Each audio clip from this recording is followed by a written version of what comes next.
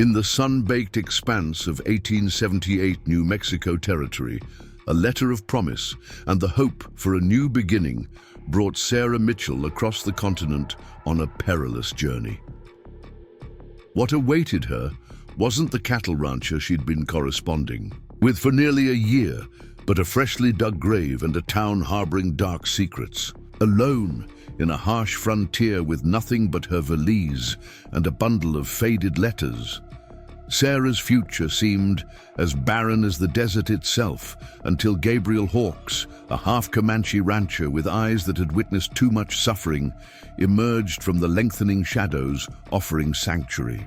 But in a land where water rights determined survival and fortunes could change with a single gunshot, Sarah would soon discover that Gabriel's protection came with complications that neither of them could have anticipated. Before we jump back, tell us where you're tuning in from. And if this story touches you, make sure you're subscribed, because tomorrow I've saved something extra special for you. This is the story of a woman who traveled west, seeking marriage, only to find herself caught in a web of greed, murder, and an unexpected connection that would challenge everything she thought she knew about love and survival. The stagecoach jolted violently as it hit another deep rut in the dusty road. Sarah Mitchell clutched her worn leather satchel against her chest and braced herself against the wooden seat. Her spine ached from days of travel, and the fine layer of dust that coated everything inside the coach had long since ruined her best traveling dress. "First time out west, Mom?" The silver-haired gentleman sitting across from her had kind eyes that crinkled at the corners when he smiled. "Is it that obvious?"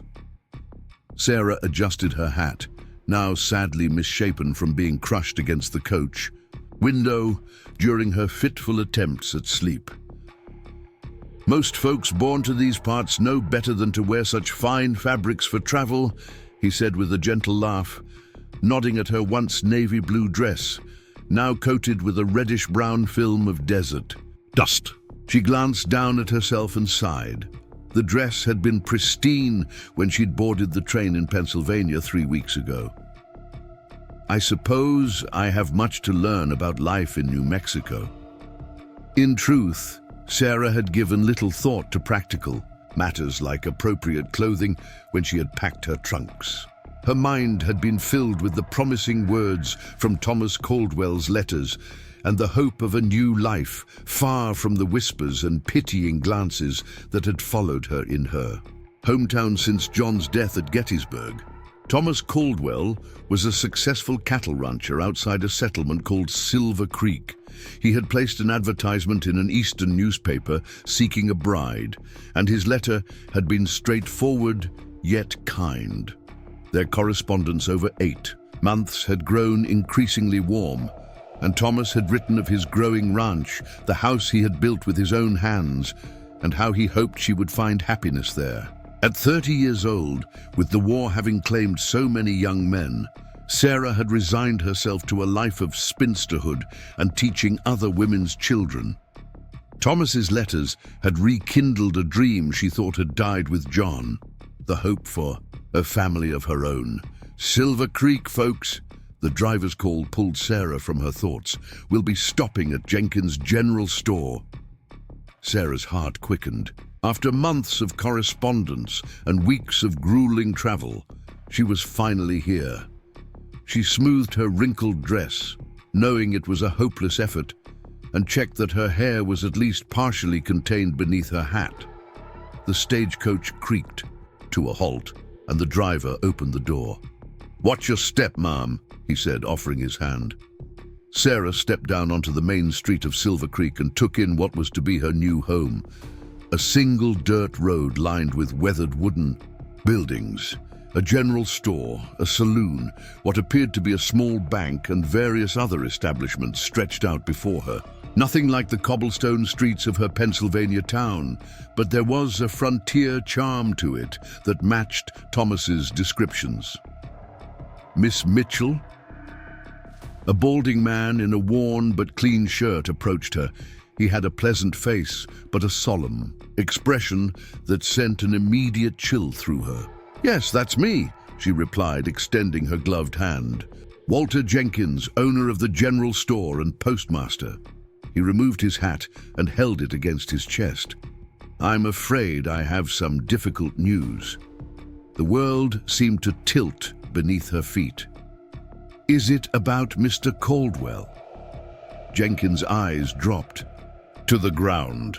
"I'm very sorry to tell you this, but Thomas Caldwell passed away 4 days ago. Fever took him quick. We buried him yesterday."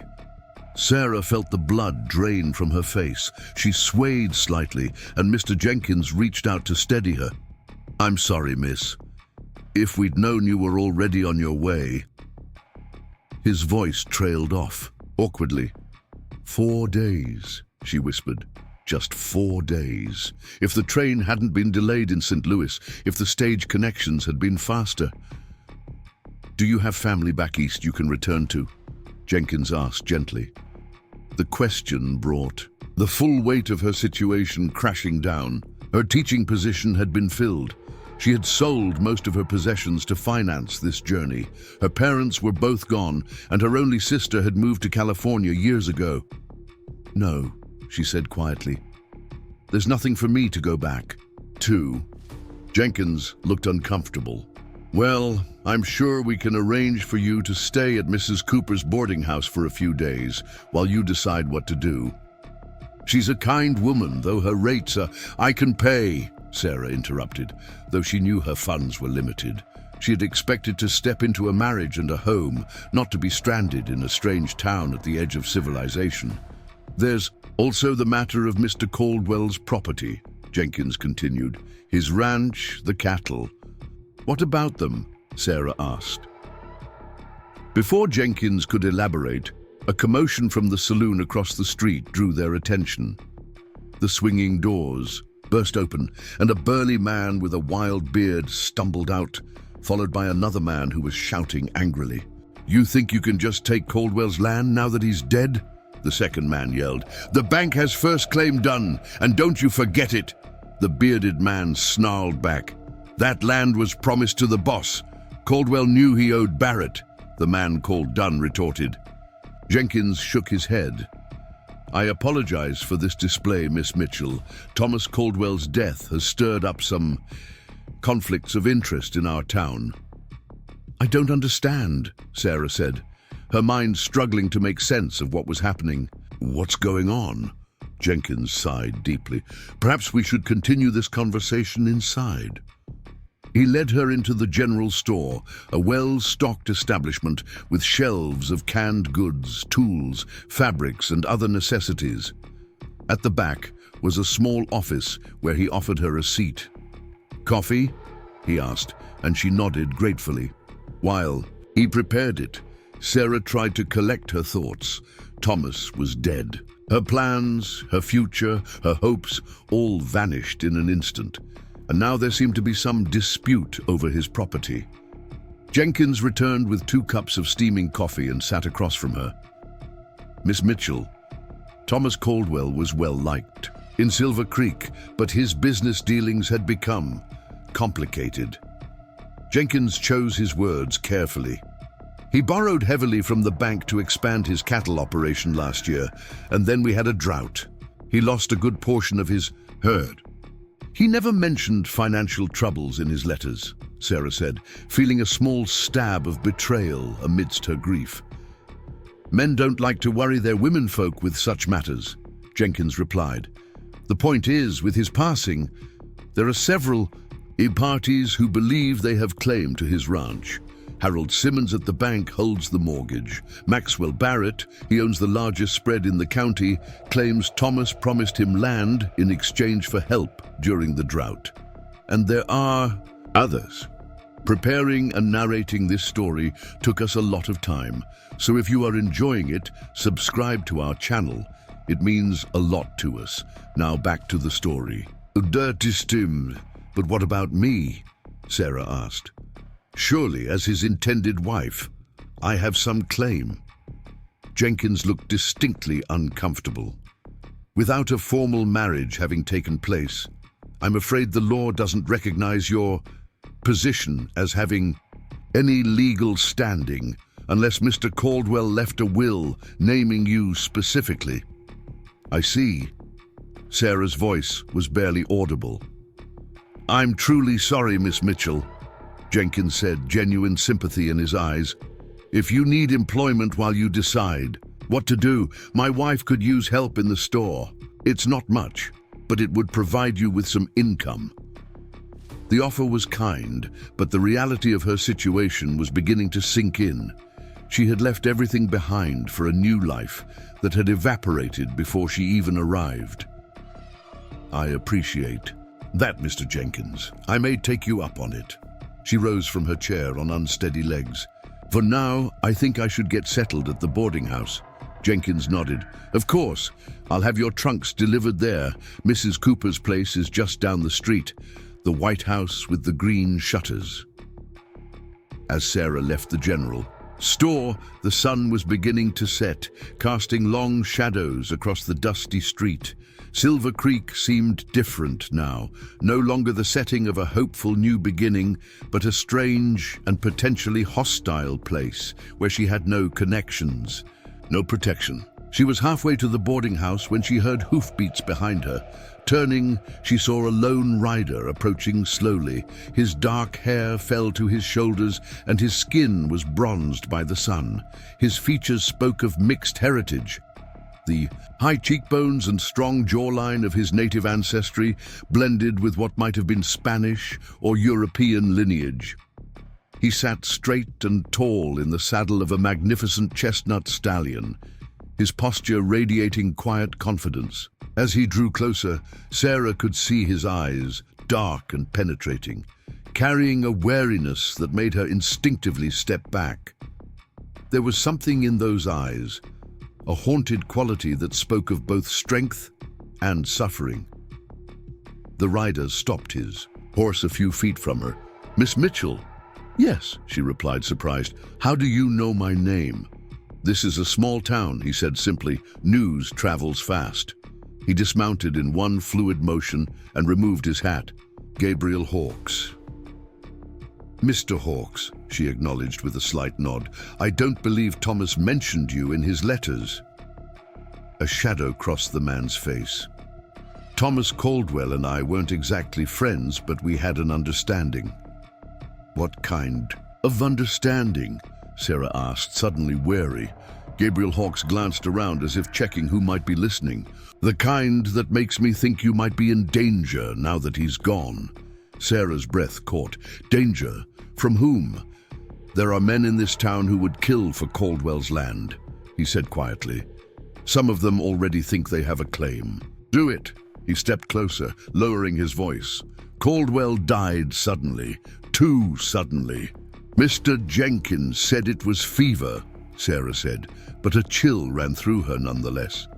"Did he?" Gabriel's expression remained impassive. "Caldwell was as healthy as a horse when I saw him less than a week ago." Sarah didn't know what to make of this stranger and his insinuations. "Why are you telling me this, Mr. Hawkes? We've only just met." "Because Thomas Caldwell sent me a letter the day before he died," Gabriel said. "He asked me to look out for you if anything happened to him. Said you were coming west to be his bride, and that he feared he'd made enemies who might not want to see the two of you happy." "Why would he ask you if you weren't friends?" Sarah asked, confusion mingling with her growing unease. "My ranch.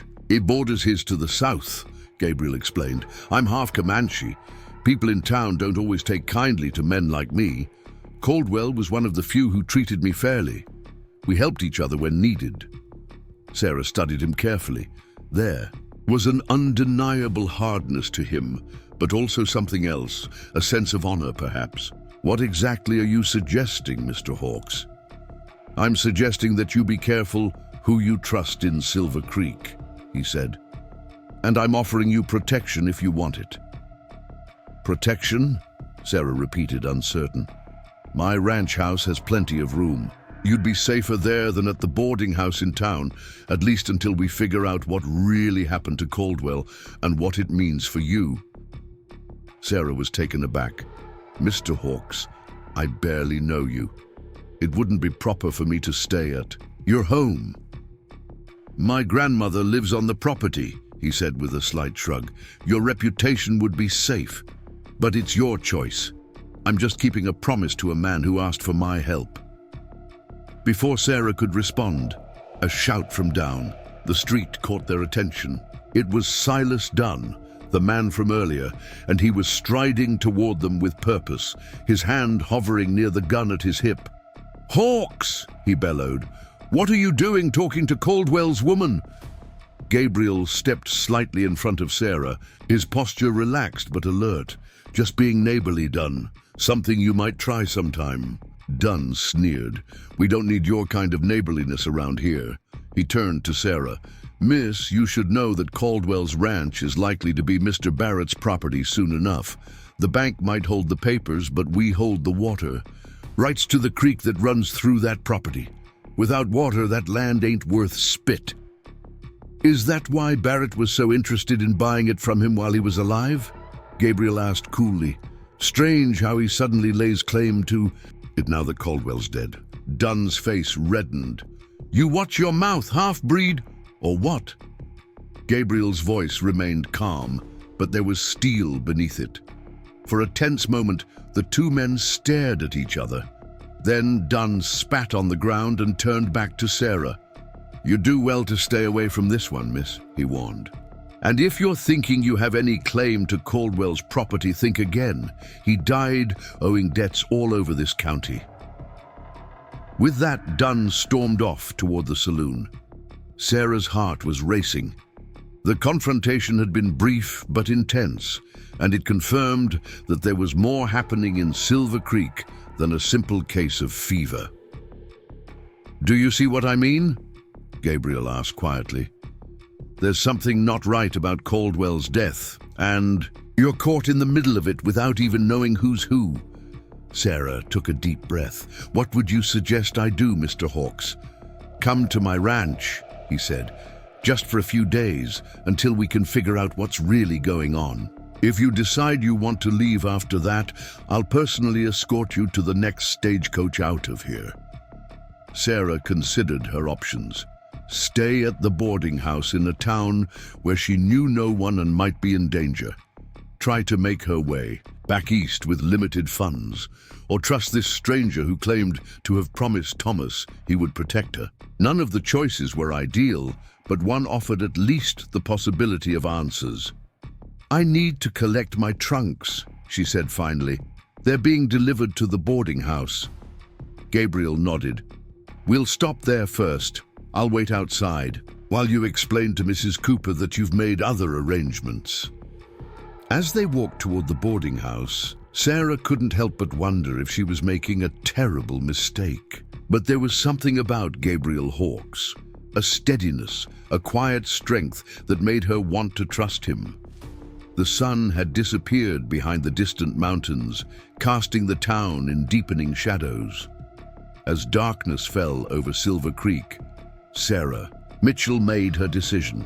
She would go with Gabriel Hawks to his ranch. She would discover the truth about Thomas Caldwell's death, and perhaps in doing so, she would find a path forward in this wild, dangerous territory that was supposed to have been her home. What she couldn't know was that the danger was only beginning, and that before long her life would depend on the protection of a man she had just met, a man with secrets of his own. The journey to Gabriel Hawks' ranch took over an hour, with darkness falling completely before they arrived. Sarah sat beside Gabriel on his wagon, her trunk secured in the back, watching as the town of Silver Creek faded into the distance behind them. Neither spoke much during the ride, each lost in their own thoughts as the wagon wheels crunched over the rough terrain. When they finally crested a small hill, Sarah caught her first glimpse of Hawks Ridge, nestled in a valley with mountains, rising in the distance. The main house was larger than she had expected, a solid two-story structure built of timber and adobe, with a wide veranda wrapping around three sides. A barn stood nearby, along with several smaller outbuildings. A corral held a few horses that lifted their heads at the sound of the approaching wagon. "It's beautiful," Sarah said softly, genuinely impressed. Gabriel glanced at her, then back at his property. "It's taken me 8 years to build it to what you see now. My father left me this land, but not much else." As they drew closer, a figure emerged from the main house. An elderly Native American woman with long silver-streaked black hair worn in a single braid stood on the porch, arms crossed, watching their approach with an unreadable expression. "That's Morning Sky, my grandmother," Gabriel explained. "She's been with me since I started the ranch. Don't let her manner fool you. She has a good heart." He brought the wagon to a stop in front of the house and helped Sarah down. Her legs were stiff from the long journey, and she stumbled slightly as her feet touched the ground. Gabriel's hand caught her elbow, steadying her. "Thank you," she murmured, suddenly aware of how close he was. In the moonlight, his features seemed even more pronounced. The strong line of his jaw, the intensity of his dark eyes. He released her arm and stepped back. "Grandmother," he called out, "this is Miss Sarah Mitchell. She'll be staying with us for a while." The older woman's expression didn't change as she looked Sarah up and down. "The woman Thomas Caldwell sent for," she said. It wasn't a question. "Yes," Sarah confirmed, "though I arrived too late." "Morning." Sky's face softened slightly. "I am sorry for your loss. Come inside. You must be hungry and tired." The interior of the house was surprisingly comfortable. The main room featured a large stone fireplace, sturdy furniture, and shelves lined with books. More books than Sarah would have expected to find in a ranch house on the frontier. A fire crackled in the hearth, casting a warm glow over the room. "You have quite a library," Sarah remarked, running her fingers along the spines. "My mother's influence," Gabriel said from behind her. "She taught school before she married my father." "Was she also?" Sarah hesitated, unsure how to ask about his heritage politely. "Comanche." "No." A ghost of a smile touched his lips. "She came west from Boston. Met my father when her stagecoach was attacked by bandits. He saved her life." There was an undercurrent of pain in his voice. "They were both gone by the time I was 20. Before Sarah could respond, Morning Sky announced that supper was ready. The dining room was simple but elegant, with a polished oak table and chairs. The meal consisted of venison stew, fresh bread, and wild greens. Simple fare but delicious, after weeks of travel food. "Mr. Hawkes," Sarah said as they ate, "you mentioned that Thomas wrote to you before he died. Did he give any indication that he feared for his life?" Gabriel exchanged a glance with Morning Sky before answering. He didn't say it outright, just that he'd made some decisions that weren't sitting well with certain people in town. What kind of decisions? He refused to sell his water rights to Maxwell Barrett, for one. Barrett has been buying up land all around the county, but without water, the land is worthless for cattle. Caldwell's property has one of the few year-round creeks in the area. "And the bank?" Sarah asked. "Mr. Jenkins mentioned that Thomas owed them money. Harold Simmons runs the bank in Silver Creek. He and Caldwell had a complicated history. Simmons wanted Caldwell's land for his own reasons, something to do with a railroad coming through. There were rumors that Simmons was putting pressure on Caldwell, calling in loans before they were due." Sarah considered this information, so both Barrett and Simmons had reason to want Thomas's land, but surely neither would have murdered him. "Men have killed for less in these parts," Morning Sky said bluntly when Sarah voiced this thought. "Land, water, gold, they're worth more than human life to some." "But Mr. Jenkins said it was fever," Sarah protested. "Doc Miller is the one who would have determined the cause of death," Gabriel said. "And Doc Miller owes Simmons money for his practice. He might say whatever Simmons tells him to say." The implications were chilling. Sarah set down her spoon, her appetite suddenly gone. Dawn painted the desert in soft gold as Sarah made her decision. She could no longer postpone the inevitable. With the twins still sleeping peacefully, she gathered her courage and descended toward the scattered remains of the wagon train. The morning air held an eerie stillness, broken only by the occasional call of desert birds. Death had claimed this place, turning the once lively caravan into a graveyard of splintered wood and abandoned dreams. Sarah moved with purpose, pushing aside her grief to focus entirely on survival. She stepped carefully among the wreckage, averting her eyes from the bodies of those she'd traveled with for months. There would be time for mourning later, if they survived. Each wagon yielded small treasures, a torn blanket here, a dented pot there. She found a bundle of matches, miraculously dry despite the night's dew, a small sack of dried beans overlooked in the chaos, a needle and thread. When she reached what remained of their wagon, Sarah forced herself to look at James one final time. He deserved that much. This man who had loved her, who had dreamed of a better life for their children, who had given his last breath to ensure her escape. She knelt beside him, gently closing his eyes before removing the wedding band from his finger. From around his neck, she took the small silver compass he'd carried since his father gave it to him on his 16th birthday. These small pieces of him she would keep, would someday show their children when they asked about the father they would never remember. "Goodbye," she whispered, placing a final kiss on his forehead. The simple word felt woefully inadequate for all they had shared, for all that had been stolen from them, but words were all she had left to give him. Standing again, Sarah continued her grim scavenging, working methodically until her makeshift bundle held all she dared carry. A glint of metal caught her eye, a pistol half buried in the sand, dropped by one of the bandits perhaps. She retrieved it, checking the chamber. 2 bullets remained, not much, but potentially the difference between life and death in this unforgiving landscape.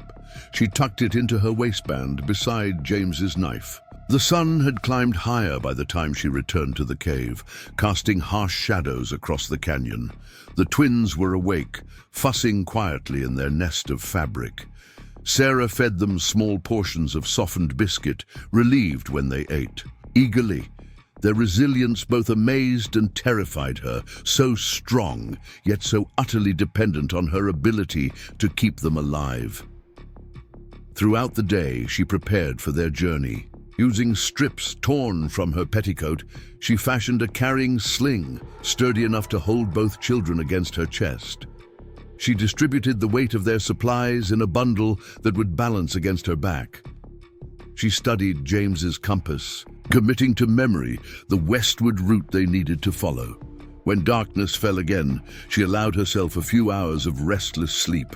The horizon was just beginning to lighten when Sarah emerged from the cave for the final time. The air held the cool promise of morning before the desert's heat claimed the day. The twins, secured against her chest, blinked sleepily at this new adventure. They had no concept of the danger, no understanding of why their father was absent, no fear of the vast wilderness stretching before them. Their innocence was both blessing and burden. Sarah took a moment to orient herself, checking the compass before setting out across the rocky terrain. Each step carried them farther from the tragedy behind and deeper into uncertainty ahead. She walked steadily, preserving her strength for the long journey. The mountain pass James had described lay somewhere ahead, a gateway to settlements, where they might find help. If they could reach it before their meager supplies ran out, if the desert's dangers didn't claim them first. By midday, the sun had become an adversary, beating down with merciless intensity. Sarah sought shelter beneath an outcropping of rock, settling there to rest and offer the twins water from their dwindling supply. Her own mouth felt like parchment, her tongue swollen with thirst, but she took only enough to wet her lips. The children's needs came first, always would. As the worst heat began to subside, she continued westward, using James's compass to maintain their course. The ground grew increasingly difficult, loose shale sliding beneath her feet with each step. The twins had grown restless, uncomfortable, in the confines of the sling and irritated by the heat. Sarah sang softly, fragments of lullabies and hymns from her teaching days. The melody calmed them, and the familiar action of singing anchored her to the person she had been before tragedy rewrote her life. That night, they sheltered against a large boulder. Sarah laid the twins on the blanket, watching as they drifted into exhausted sleep. She allowed herself a small portion of the dried beans, soaked in precious water, barely enough to quiet the gnawing in her stomach, but necessary to maintain her strength. As darkness claimed the landscape, the desert awakened with sounds, the scurry of small creatures, the distant howl of coyotes, the whisper of wind over stone. Sleep came in fitful bursts, her body too alert to danger to fully surrender to rest. In these quiet hours, doubts circled like vultures. Had she chosen correctly? Should she have waited longer at the canyon, hoping against hope that others might pass? Was she leading her children toward salvation or merely prolonging their suffering? There were no answers in the star-filled sky, no divine reassurance that her path was correct.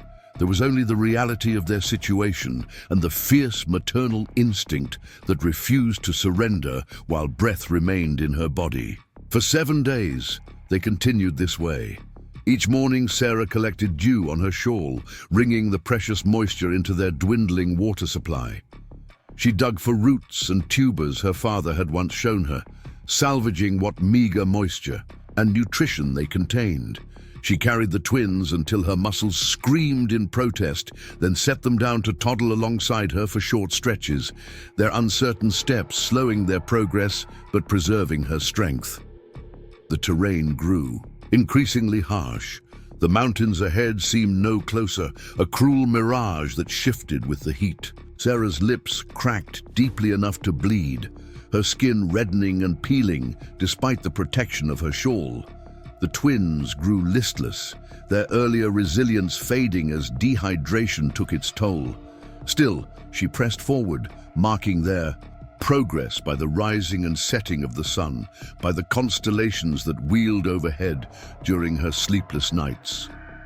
On the 10th day, disaster struck. The water was gone, the last precious drops used to moisten the twins' parched lips at dawn. The food had dwindled to a handful of beans and a strip of dried meat too tough for the children to chew. The mountains ahead wavered in the heat, seemingly as distant as they had been when they first set out. Sarah's vision blurred occasionally, her steps becoming unsteady as exhaustion and dehydration claimed their due. By midday, she could go no farther.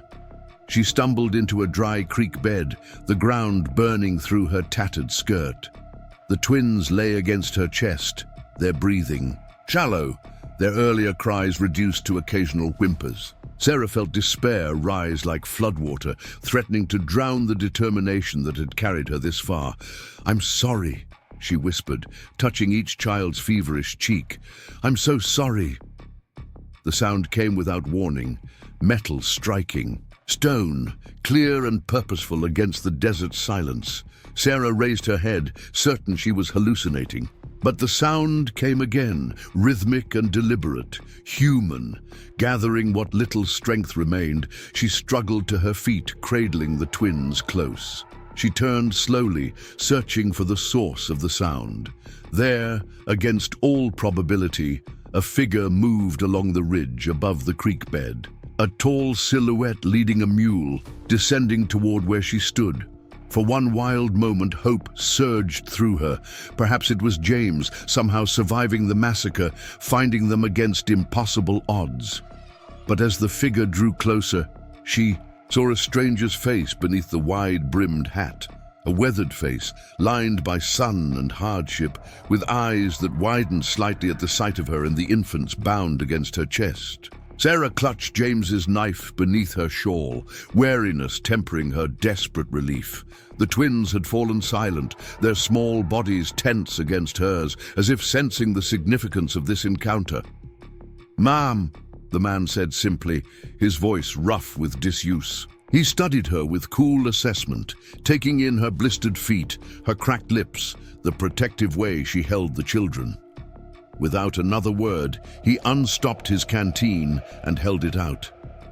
Sarah hesitated, suspicion warring with desperate need. The stranger remained perfectly still, making no move to approach closer, his expression unreadable, but his gesture unmistakable. After a long moment, she stepped forward and accepted the canteen with trembling hands. "The little ones first," he said, nodding toward the twins. Sarah's grip tightened on the knife, but she couldn't deny the wisdom in his words. She tilted the canteen carefully, letting a trickle of water wet Ellie's parched lips, then Matthew's. The children responded immediately, their lethargy giving way to desperate thirst. "Slow," the man advised. "Too much too fast will make them sick." Only after both twins had drunk did Sarah permit herself a careful sip. The water was warm, but clean, sliding down her throat like salvation itself. She wanted to drain the canteen in one desperate gulp, but forced herself to stop, to hand it back with water still inside, a gesture of trust, or at least acknowledgement that they were at his mercy. The stranger took the canteen, secured it to his belt, and studied her with eyes that missed nothing. "My camp's half a day from here," he said. "Spring there, shelter." He paused, seeming to choose his words carefully. "If you've a mind to follow." It wasn't quite an invitation, nor was it a command. It was a simple statement of fact, an acknowledgement of her circumstances, and an offer of potential salvation. Sarah considered her options, knowing she had none. Stay here and die, or follow this stranger and possibly live.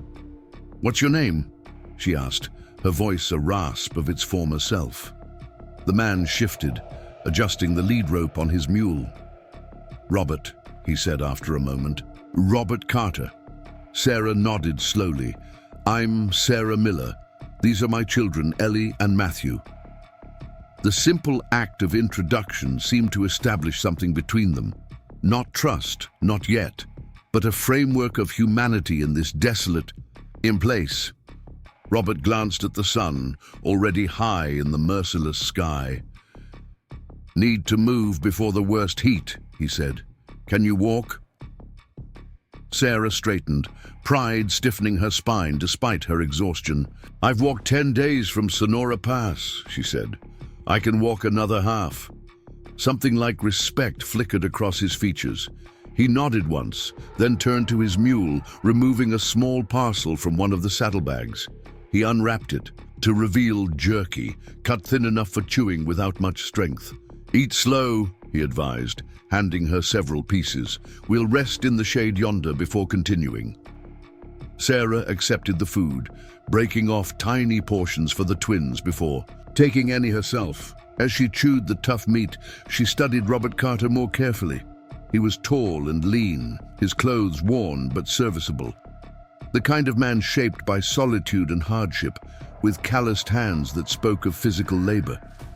His face revealed little, but there was nothing in his manner that triggered immediate alarm. Still, she kept James's knife within easy reach as they walked toward the shade Robert had indicated. In this territory, trust was a luxury she couldn't afford, not with her children's lives at stake. Robert maintained a respectful distance, leading his mule ahead of them and occasionally pointing out smoother paths as they traversed the rocky ground. They rested during the worst heat of midday, the twins sleeping fitfully on Sarah's lap while Robert checked his mule's hooves with methodical care. He offered no conversation, asked no questions about how she'd come to be wandering alone in the desert with 2 infants. His silence might have been respect for her privacy or simple lack of curiosity. Sarah couldn't tell which, and she volunteered nothing.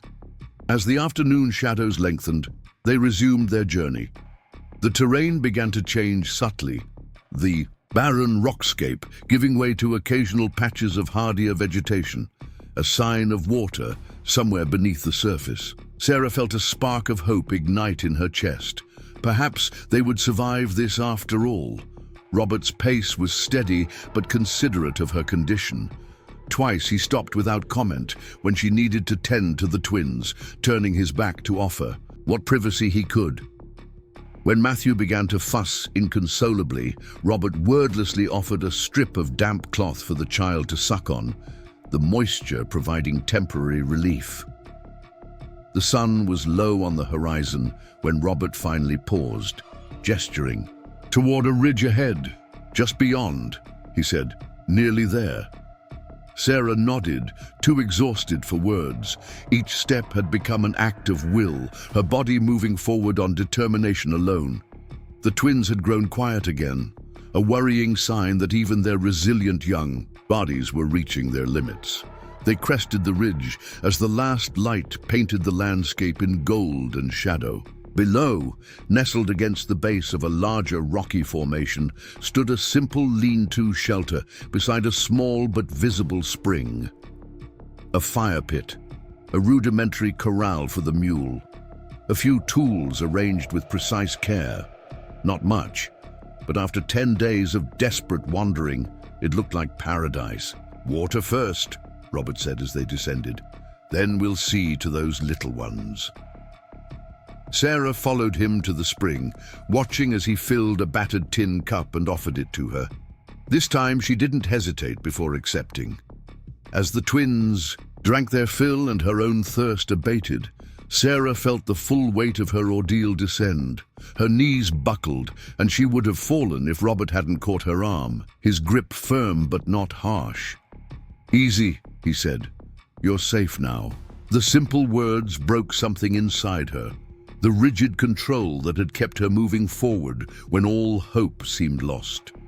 Sarah sank to the ground, the twins still clutched against her chest, and finally allowed the tears to come.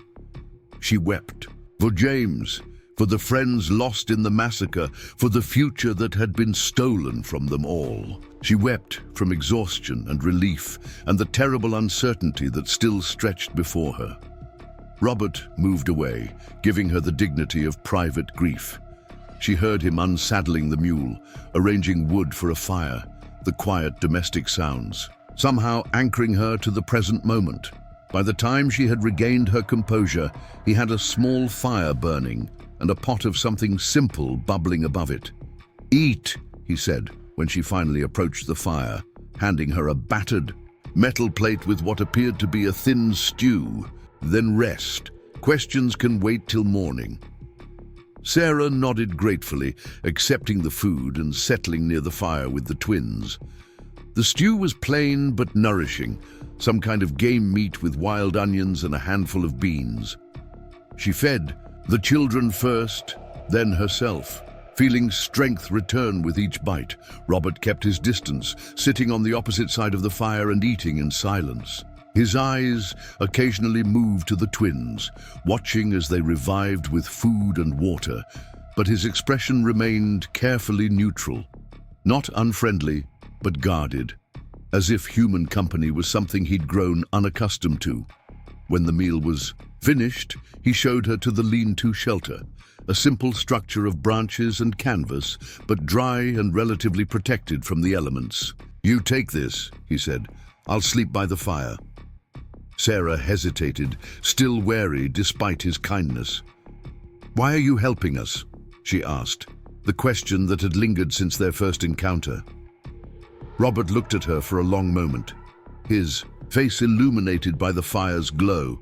"Same reason anyone does anything out here," he finally said, "because not doing it sits worse." It wasn't a complete answer, but it was honest in its simplicity. Sarah nodded, accepting it for now. She settled into the shelter with the twins, arranging their small bodies on the bedroll he'd provided. As exhaustion claimed her, she kept one hand on James's knife, a final precaution against a world that had already taken too much. Outside, Robert added wood to the fire, the quiet sounds of his movement strangely comforting. Sarah's last conscious thought before sleep claimed her was a prayer, not for rescue anymore, but for judgment, that she had made the right choice in trusting this solitary stranger with her children's lives. That tomorrow would bring clarity rather than regret. Sarah woke with a start, momentarily disoriented by the unfamiliar shelter around her. Sunlight filtered through the canvas covering, indicating she had slept well past dawn. The twins were no longer beside her. Panic surged through her body as she scrambled to her feet, knife in hand, and burst from the shelter. The scene that greeted her was so unexpected that she stopped short, the knife halfway raised. Robert sat by a small cooking fire. Ellie perched on his knee while he spooned something into her eager mouth. Matthew sat nearby on a folded blanket, contentedly chewing on a piece of flat bread. Both children looked alert, their eyes brighter than they had been in days. Robert looked up at her sudden appearance, noting the knife with a raised eyebrow, but no comment. They were awake, he said simply, seemed hungry. Sarah lowered the knife slowly, embarrassment replacing her initial fear. "I didn't mean to. Sleep so long." "Needed it," Robert replied with a shrug. He gently set Ellie down beside her brother and stood, wiping his hands on his trousers. "Coffee's hot. Food simple but filling." Sarah moved to the twins, checking them over with a mother's careful attention. They seemed remarkably recovered, their skin less feverish, their movements more energetic. Matthew reached for her with a gummy smile that squeezed her heart. "Thank you," she said, looking up at Robert, "for feeding them, for everything." He nodded once, awkward in the face of her gratitude, and turned to pour coffee into a chipped enamel mug. "Spring water's good here," he said, changing the subject. "Clean, reliable even in dry months. Game's decent too, if you know where to look." Sarah accepted the coffee with murmured thanks, savoring its bitter warmth. She settled beside the twins, accepting the plate of food Robert offered, a simple porridge with dried fruit mixed in. As she ate, she studied their surroundings more carefully in the clear morning light. Robert's camp was sparse, but organized with practical efficiency. The lean-to shelter stood near the small but steady spring that bubbled from between rocks. A rudimentary corral held the mule, who grazed on the sparse vegetation. Various tools hung from a rack fashioned from branches. A pick, a shovel, traps of different sizes. A stack of firewood was neatly arranged beneath an overhang of rock. Everything spoke of a solitary existence, carefully maintained. "You're a prospector?" she asked, noting the sifting pan leaning against a rock. Robert nodded, sitting across from her with his own coffee. "Not a very good one," he admitted, the first hint of dry humor she'd seen from him. "Found enough color to keep trying, not enough to get rich." "How long have you been out here?" 3 years, give or take." He sipped his coffee, started farther north, followed rumors of strikes, ended up here. His answers were concise, offering information without invitation to further questioning. Sarah respected the boundary, turning her attention back to the twins. They had finished eating and were now exploring their surroundings with renewed curiosity, Matthew crawling determinedly toward a particularly fascinating stone, while Ellie pulled herself up using Sarah's skirt for support. Robert watched them with an expression Sarah couldn't quite interpret, not quite smile, but something softer than his usual reserve. "They're strong," he observed, "to have made it through what they did." "They are," Sarah agreed, helping Ellie maintain her balance. "They take after their father that way." The mention of James hung in the air between them, an opening to, the story Robert hadn't asked for but surely wondered about. Sarah took a deep breath, deciding that trust, like most things in this harsh land, was something to be traded fairly. "We were with a wagon train," she began, her voice steady despite the pain the words carried. 15 families heading to California. My husband James had gold fever, dreams of a better life for our children. She glanced at the twins, now playing together on the blanket. We were attacked in the Sonora Pass. The Blackridge Gang. They killed everyone. Everyone except us. She explained how she had been walking with the twins behind the wagons when the attack began, how James had sent her to hide, how she had watched from the cave as the massacre unfolded. She spoke of the days waiting, of the desperate journey that followed, of the moment she had accepted death before Robert found them. Throughout her account, Robert remained silent, his face impassive except for a tightening around his eyes at the mention of the Blackridge Gang. When she finished, he nodded once, as if confirming something to himself. "They're animals," he said finally. "Blackridge and his men, known for leaving no witnesses." He looked at her with newfound respect.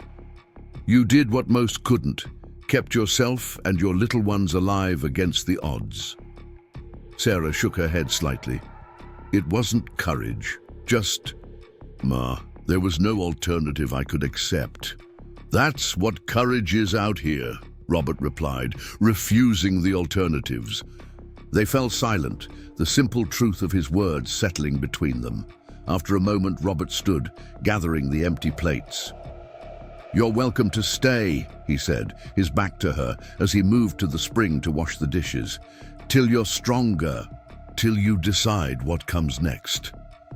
Sarah watched him, this stranger who had saved them without expectation or demand. "Thank you," she said. "We won't impose longer than necessary." Robert turned, meeting her eyes directly. "Not an imposition," he said. "Been alone a long while. Company's not unwelcome." It was the closest thing to an invitation she was likely to get from this reserved man. Sarah nodded, understanding both what was said and what remained unspoken. They would stay, at least until she had regained enough strength to consider their next steps, until she could determine whether the path forward lay with this solitary prospector or somewhere beyond the mountains that had nearly claimed their lives. The days that followed established a rhythm unlike anything Sarah had known before. Each morning, she woke to find Robert already tending the fire, coffee brewing in the battered pot.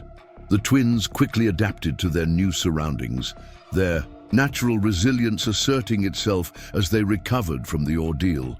They began to explore the small camp, crawling or toddling with growing confidence, their laughter a sound that seemed to both please and bewilder Robert. Sarah contributed what she could to their daily existence. She mended Robert's spare shirt with the needle and thread she'd salvaged from the wagon train. She took over the cooking, making more of their simple provisions than Robert had managed. Alone, she washed clothes in the spring, hanging them to dry on branches in the desert sun. These domestic tasks anchored her to normality after weeks of desperate survival.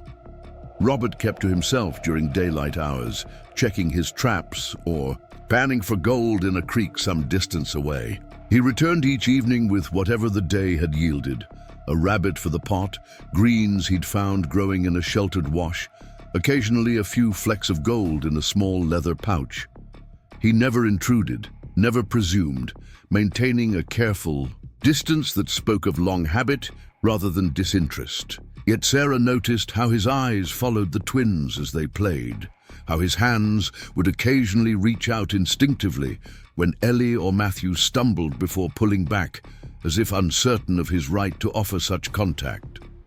She noticed, too, how he listened when she spoke, his attention complete in a way few men had ever shown her. One evening, as they sat by the fire after the twins had fallen asleep, Sarah found the courage to ask what she had wondered since the day he found them. "Have you always been alone out here?" Robert stared into the flames for so long she thought he might not answer. When he finally spoke, his voice was low, touched with an old grief. "Had a family once. Wife, Julia. Daughter, Hannah." He paused, his hand tightening around his coffee cup. "Cholera took them, 5 years back." "I'm sorry," Sarah said softly. Robert nodded, acknowledging her sympathy without looking up. Was a farmer before. Good land in Missouri. Good life. His voice grew distant, as if seeing into the past. After they were gone, couldn't stay. Everywhere I looked, they weren't there. He shrugged, a gesture that failed to disguise the depth of his loss. Joined the rush west. Thought maybe I'd find purpose in gold. Haven't found much of either. The simple telling revealed more than its sparse details. The magnitude of his loss. The aimless wandering that followed. The solitary existence he'd created not from preference, but from the inability to rebuild what had been taken. Sarah recognized in his grief a mirror to her own, the sudden, violent reshaping of a life once filled with certainty. James and I were married 3 years, she offered, feeling it only fair to share her own story in return. I was a school teacher in Springfield. He was a carpenter with dreams bigger than our small town could hold. She smiled faintly at the memory. When he heard about the gold in California, nothing would do but for us to go. He promised orchards and farmland, a house, with glass windows, a better future for our children. Robert looked up, meeting her eyes across the fire. Most men who chase gold find only sand, he said. You're James. He sounds like he was chasing something real. He was, Sarah agreed, just never got the chance to find it. They sat in companionable silence after that, the fire crackling between them, the desert night wrapping around their small camp like a blanket. Nothing had been resolved, no decisions made about what would come next, but something had shifted in their understanding of each other, recognition of shared loss, of the strange paths that had led them to this place, of the tentative connection forming between them. When Sarah retired to the lean-to shelter that night, the twins sleeping peacefully beside her, she realized with some surprise that she had not thought of leaving all day. The uncertainty of their future remained, but for the first time since the attack, she felt the faintest stirring of something like hope, not for what had been lost, but for what might yet be found. Weeks passed with the rhythm of desert seasons. October brought cooler nights and more temperate days. The twins grew stronger, their earlier trauma fading as they adapted to life at Robert's camp. Ellie had begun forming simple words, her vocabulary expanding daily. Matthew was more physical, attempting to climb everything within reach, keeping Sarah constantly vigilant.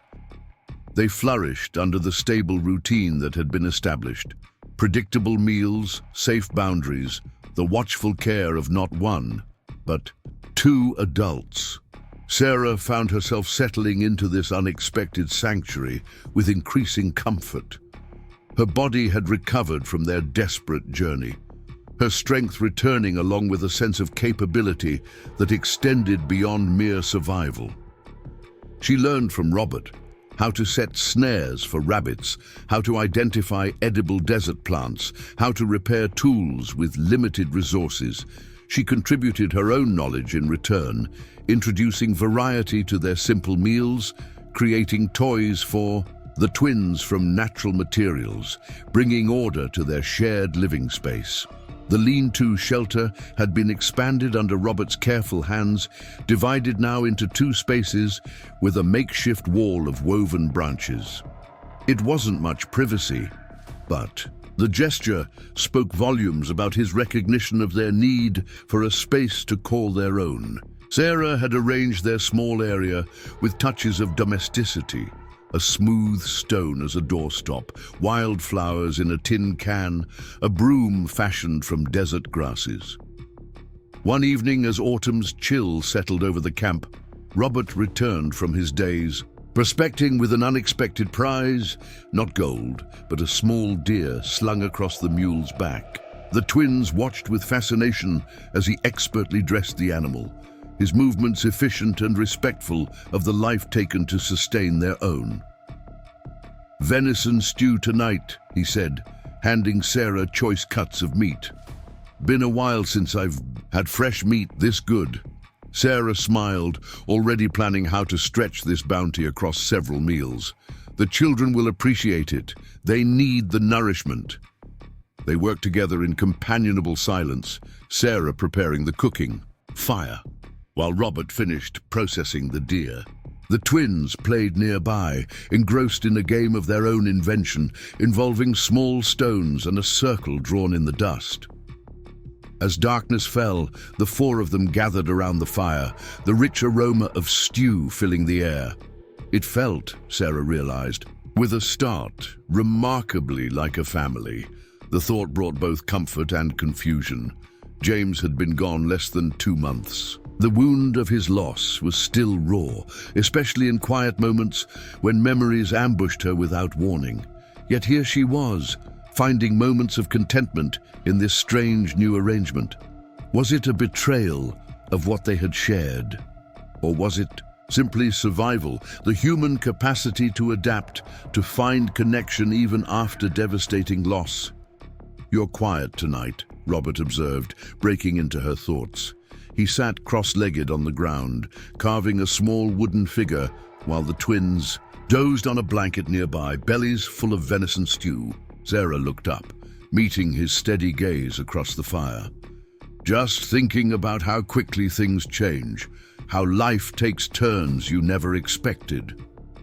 Robert nodded, his hands never pausing in their work. "Nature of things out here. Nothing stays. Fixed. Is that why you never settled anywhere permanently? After your family?" The question slipped out before she could reconsider its boldness. Robert's hands stilled momentarily, then resumed their rhythmic carving. "Partly," he admitted. "Kept thinking the next valley, the next stream might hold what I was looking for." His mouth quirked in what might have been a smile or a grimace. "Never did figure out what that was exactly." "And now?" Sarah asked softly. He looked at her directly, his eyes reflecting the firelight. "Now I'm here," he said simply. "That seems enough most days." The conversation shifted then to practical matters. Plans for reinforcing the shelter against winter winds, the need to lay in more firewood, strategies for preserving the remainder of the deer meat. But something subtle had changed between them, an acknowledgement perhaps that whatever had brought them together in this remote place might not be temporary after all. The next morning dawned clear and cold. Sarah woke to find Robert already outside, splitting wood with methodical precision. The twins stirred beside her, Matthew immediately alert, while Ellie burrowed deeper into the blankets with a sleepy protest. Sarah gathered them both, marveling as always at how they had adapted to their changed circumstances with the resilience only children possess. "Morning." Robert nodded as they emerged from the shelter. He paused in his work, driving the axe into the chopping block. "Thought we might go to the trading post today. Need supplies before winter sets in proper." Sarah looked at him in surprise. "Trading post? You never mentioned one nearby." 2 days' ride east," he replied, wiping sweat from his brow despite the morning chill. "Been saving those gold flecks for something useful. Figure winter supplies count." 2 days, Sarah repeated, considering the implications. "The twins haven't traveled that far since." "Mule can carry them," Robert said. "Got a pack saddle that could be rigged for sitting, or we could leave them here with you if you'd rather not make the journey." Sarah shook her head immediately. "I wouldn't be separated from them, not after everything." She studied him, noting the careful neutrality of his expression. "Why now, Robert? You've been out here for months without going for supplies." He met her gaze steadily. "Wasn't just me before. Different considerations now." The simple answer contained layers of meaning Sarah wasn't yet ready to examine too closely. Instead, she focused on the practical aspects of the proposed journey. "When would we leave?" "Tomorrow at first light," he said. "Less chance of running into trouble that way." Something in his tone caught her attention. "What kind of trouble?" Robert's expression darkened slightly. Nothing specific, just caution. Mountains draw all types: prospectors, outlaws, desperate folks. Sarah wondered if there was more to his concern than general wariness, but she didn't press the issue. "We'll be ready," she said instead. "The children could use proper winter clothes if the trading post has any." Robert nodded, returning to his wood splitting with renewed purpose. Sarah watched him for a moment, before turning her attention to the twins who had already begun their daily exploration of the camp boundaries. She wondered what it would be like to encounter other people after so many weeks of isolation. The prospect was both exciting and unnerving. Throughout the day, they prepared for the journey. Robert fashioned a secure seat on the mule's pack saddle, testing it carefully to ensure it could safely hold both children. Sarah packed their few belongings and prepared travel food: jerky, dried fruit, hardtack biscuits she'd learned to make from Robert's sparse supplies. The activity felt purposeful, almost hopeful, a venture beyond survival into something resembling normal life. That evening, as they sat by the fire finishing the last of the venison stew, Robert cleared his throat in the way Sarah had come to recognize as a prelude to something important. "There's something you should know before we go," he said, his voice low enough that the drowsy twins wouldn't hear. "About my past." Sarah set down her plate, giving him her full attention. She had sensed there was more to his story than he had shared, had respected his privacy as he had respected hers. Now she waited, allowing him the space to reveal what he felt necessary. "After I lost my family," he began, "I wasn't in a good place, drifted west with no real purpose, fell in with some rough men for a time." He paused, staring into the fire as if seeing ghosts in the flames. "Rode with the Blackridge Gang for 3 months. Sarah felt her body tense instinctively.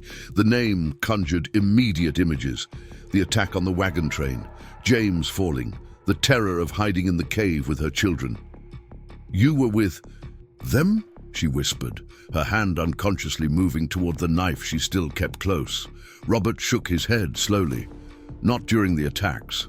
I left before Blackridge turned to killing. Was just robbery then, mostly stagecoaches, mining. Shipments. Still wrong, but..." He met her eyes directly. "I never killed anyone, Sarah, but I rode with men who did. Need you to know that before we go into civilization together." Sarah absorbed this revelation, her mind working through its implications. Robert had been part of the very gang that had destroyed her life, not directly responsible for the massacre by his account, but connected nonetheless. It should have horrified her, should have shattered the fragile trust that had developed between them. Yet when she looked at him, she didn't see a bandit or an outlaw. She saw the man who had found them dying in the desert and carried them to safety, who had shared his food and shelter without expectation, who had taught her to survive and had treated her children with gentle care. "Why are you telling me this now?" she asked finally. "Trading post gets all types," he replied. "Chance. Someone might recognize me, might say something. Didn't want you caught unaware." He hesitated, then added quietly, "Would understand if you wanted to take the children and go your own way. Once we reach somewhere safe." The offer hung between them, heavy with significance. Sarah considered it seriously, weighing the risk of continuing their association against the uncertainty of striking out alone again. "The man you were then," she said slowly, "is he the same man who's sitting here now?" Robert held her gaze. "No," he said. "At least I try not to be." Sarah nodded, decision made. "Then we go to the trading post together. What came before, for both of us, it matters, but it doesn't have to define what comes next." Relief flickered across Robert's features, quickly masked by his usual reserve. But Sarah had seen it, recognized in that brief moment how much her response had mattered to him. They finished their meal in silence, each wrapped in private thoughts as the desert night deepened around them. Morning came with a sky tinged pink at the edges, promising fair weather for travel. They set out as planned, the twins securely fastened. In their improvised seat on the mule's back, wide-eyed with excitement at the new adventure, Robert led the way, setting a pace that was steady but not taxing. Sarah walked beside the mule, one hand always near the children, finding comfort in their animated chatter as they pointed out rocks, birds, and cloud formations with equal enthusiasm. The landscape changed gradually as they traveled east, the stark desert giving way to scattered vegetation and eventually to proper grassland, dotted with stunted trees. They camped that night by a small creek, the twins fascinated by the flowing water after so many weeks of conservative use from the spring. "We're making good time," Robert observed as they sat by the campfire, the children already asleep on their blanket. "Should reach Colton's post by tomorrow afternoon." "What can we expect there?" Sarah asked, trying to prepare herself mentally for re-entry into some form of society, however rudimentary. Robert poked at the fire thoughtfully. "Not much. Trading, post, saloon, maybe 15 permanent residents. Trappers come through, prospectors heading to or from the mountains, supply wagons on their way elsewhere." He glanced at her. "Might be a woman or two, wives of the storekeepers, usually." Sarah nodded, realizing how long it had been since she'd spoken to another woman. The prospect was both appealing and strangely intimidating after so much isolation. "Will there be a way to send word east to my parents in Missouri? They don't know what happened." "Mail coach comes through twice a month," Robert replied. "Can't promise when a letter would reach Missouri, but it would get there eventually."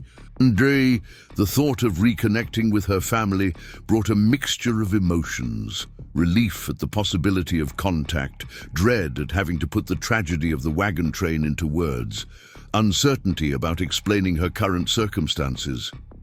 How could she describe her life with Robert to her conventional parents?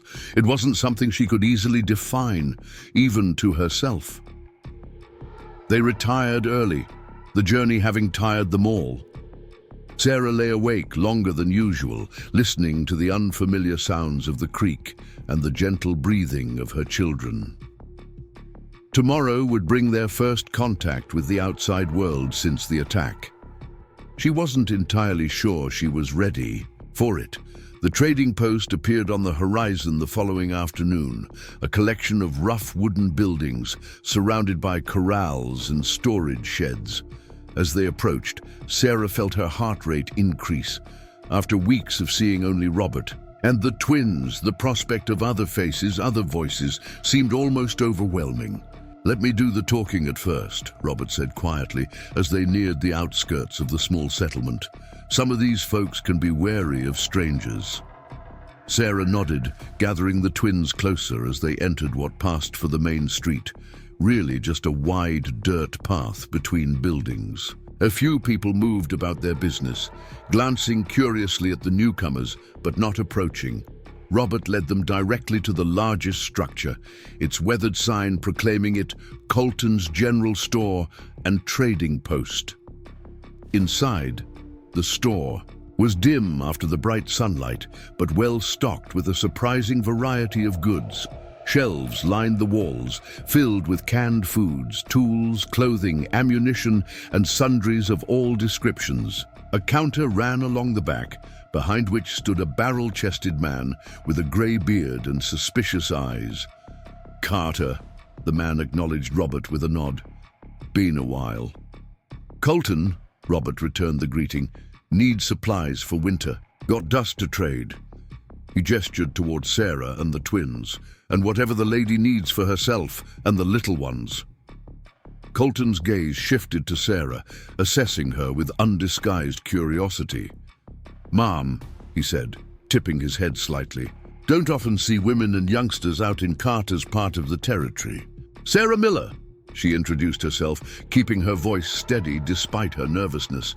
"And my children Ellie and Matthew." "Pleasure," Colton replied, though his expression remained guarded. "Store's open to you.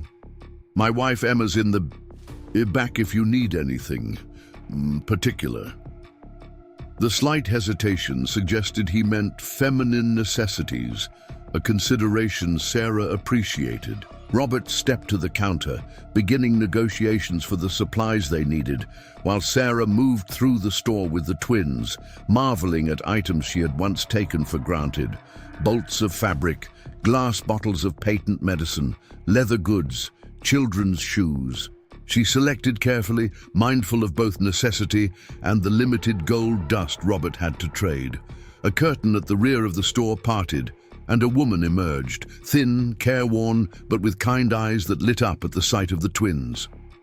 "Well, now," she said, approaching Sarah, "aren't they just the prettiest little things? Emma Colton, at your service." Sarah found herself warming immediately to the older woman's straightforward manner. "Sarah Miller, and this is Ellie and Matthew." "Twins!" Emma exclaimed with delight. "Haven't seen a set of twins since my sister's boys back in Kansas. And how old might these treasures be?" 17 months, Sarah replied, surprised at how good it felt to engage in simple, normal conversation. Just beginning to talk properly. "Best age," Emma nodded sagely. "Still sweet, not yet ornery." She glanced toward Robert, still deep in negotiation with Colton. "Your man treating you right out there in the wilds?" The assumption caught Sarah off guard. "Oh, we're not," she began, then faltered, unsure how to define their relationship. "Mr. Carter has been very kind to us after we lost my husband. We're traveling companions." Emma's expression shifted to one of sympathetic understanding. "Ah, a widow. I'm sorry for your loss, dear. What happened, if you don't mind my asking?" Sarah hesitated, uncertain how much to reveal. "Our wagon train was attacked," she said finally, "in the Sonora Pass. Mr. Carter found us afterward and took us in." Emma's hand flew to her mouth. "The Sonora Massacre, we heard about that. Blackridge Gang, they said." Her eyes widened. "You survived that?" Sarah nodded, uncomfortable with the horror in Emma's expression. "The children and I were elsewhere. When it happened, we were lucky." "More than lucky," Emma murmured. "Blessed." She glanced again at Robert. "And Carter's been looking after you since? That's not the story I'd have expected from a man who keeps so much to himself." "He's been nothing but honorable," Sarah said firmly, feeling a strange need to defend Robert. "I don't know what we would have done without his help." Emma patted her arm. "I meant no offense, dear. Just surprised is all. Carter's reputation is, well, complicated. But a man who cares for little ones can't be all bad in my book." She smiled warmly at the twins, who had been watching the exchange with wide eyes. "Now, let me show you some things you might need. Got some children's clothes from the last supply wagon. Might be a bit big, but they'll grow into them." The next hour passed in a flurry of practical acquisitions. Emma proved knowledgeable and helpful, guiding Sarah toward durable fabrics, proper winter boots for the children, medicinal supplies, worth their weight in gold in remote areas.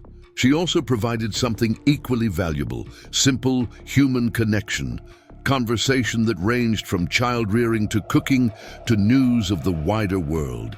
"Stage was robbed last month," Emma mentioned, as they sorted through winter mittens. "Down near Mesa Creek, 3 men killed, including the guard." Sarah froze, remembering Robert's admission about his past connection to the Blackridge Gang. "Was it Blackridge?" she asked, trying to keep her voice casual. Emma nodded grimly. "That's what they're saying. Law's been through here twice looking for them or anyone connected to them." She lowered her voice. "Between us, I'd be careful traveling. Blackridge has eyes everywhere, and they don't leave witnesses." A chill ran down Sarah's spine at the familiar phrase. "We'll be cautious," she assured Emma, gathering the twins closer instinctively. By the time their transactions were complete, the store was filling with other customers. grizzled men who eyed Sarah with varying degrees of curiosity and respect. Robert clearly wanted to leave, his posture tense as he secured their purchases on the mule. "We'll camp outside town," he told Sarah quietly. "Leave at first light tomorrow." She nodded, understanding his caution better now after Emma's warning about law enforcement searching for Blackridge connections. As they stepped onto the street, a new voice called out, "Carter, thought that was your mule." Robert stiffened, turning slowly toward the speaker, a lean man with a weathered face and a star pinned to his vest. "Deputy," he acknowledged, his voice neutral. The deputy approached, his gaze taking in Sarah and the twins with open curiosity. "Been a while since you came to town, and with company no less." He tipped his hat to Sarah. "Ma'am." "Sarah Miller," she responded automatically. "And my children." "Deputy Jim Walsh," the man introduced himself. "Don't often see families out in these parts, especially not with solitary types like Carter here." There was an edge to his words that Sarah couldn't quite interpret, not outright accusation, but certainly suspicion. Robert remained calm, though she could sense the tension in his shoulders. "Mrs. Miller and her children lost their wagon train," Robert explained briefly. "Been helping them get back on their feet." Walsh's eyebrows rose. "That right. Which wagon train would that be?" "Sonora Pass," Sarah said, watching the deputy's expression carefully. "The Blackridge attack." Recognition and something like respect flickered across Walsh's features. "You survived that." He studied her more carefully. "Didn't think there were any survivors." "The children and I were away from the main group when it happened," Sarah explained, the same partial truth she'd given Emma. "Mr. Carter found us afterward." Walsh nodded slowly, his gaze shifting back to Robert. "That's mighty interesting timing, Carter. Finding survivors of a Blackridge attack when rumors say you used to ride with them." The accusation hung in the air between them, stark and dangerous. Sarah felt her heart rate accelerate. Robert had warned her this might happen, but the reality was more frightening than she had anticipated. "That was a long time ago, Walsh," Robert said evenly. "And I never rode with them during the killings." "So you say?" The deputy's hand rested casually near his holstered pistol. "Still, makes a man wonder, especially with Blackridge active again. Mesa Creek bank job had their signature all over it." "We've been at my camp for nearly 2 months," Robert said. "Mrs. Miller can confirm that. Nowhere near Mesa Creek." Walsh's gaze shifted to Sarah, assessing her. "That true, ma'am? You vouching for Carter here?" Sarah straightened, meeting the deputy's eyes directly. "Mr. Carter has been with us continuously, since he found us in the desert. He's shown nothing but kindness to me and my children. If you're suggesting he was involved in a robbery a month ago, you're mistaken." She spoke with more confidence than she felt, but the statement itself was true. Whatever Robert's past might hold, she knew with certainty he had not been involved in any recent crimes. Walsh studied her for a long moment, then seemed to come to a decision. "Fair enough," he said. "But I'll give you some advice, Mrs. Miller. There are safer companions than former Blackridge men, and safer places than remote mining camps for raising little ones." "I appreciate your concern," Sarah replied, her tone cooling slightly. "But my choices are my own to make." A hint of surprise crossed Walsh's face at her firmness. He tipped his hat again. "As you say, ma'am. Carter, keep your nose clean." With the final assessing look, he moved on down the street, though Sarah had the distinct impression they hadn't seen the last of him. "We should go," Robert said quietly once the deputy was out of earshot. "Now." Sarah nodded, helping secure the twins on the mule. They left town without further incident, traveling until dusk before making camp well away from the main trails. Only when the children were asleep did Sarah broach the subject that had been weighing on her mind. "The deputy seemed very interested in your connection to Blackridge," she observed, keeping her voice neutral. Robert nodded, his expression grim in the firelight. Told you there might be trouble. Some people have long memories. Emma mentioned the Mesa Creek robbery. 3 men killed. Sarah hesitated, then asked the question directly. Could Blackridge come looking for you because of your past with them? Robert was silent for a long moment, considering her question with the seriousness it deserved. Possible, he admitted finally. Blackridge doesn't trust men who leave, sees it as a threat. He looked at her directly. But that's my problem to deal with, not yours. It becomes my problem if it puts my children at risk, Sarah pointed out.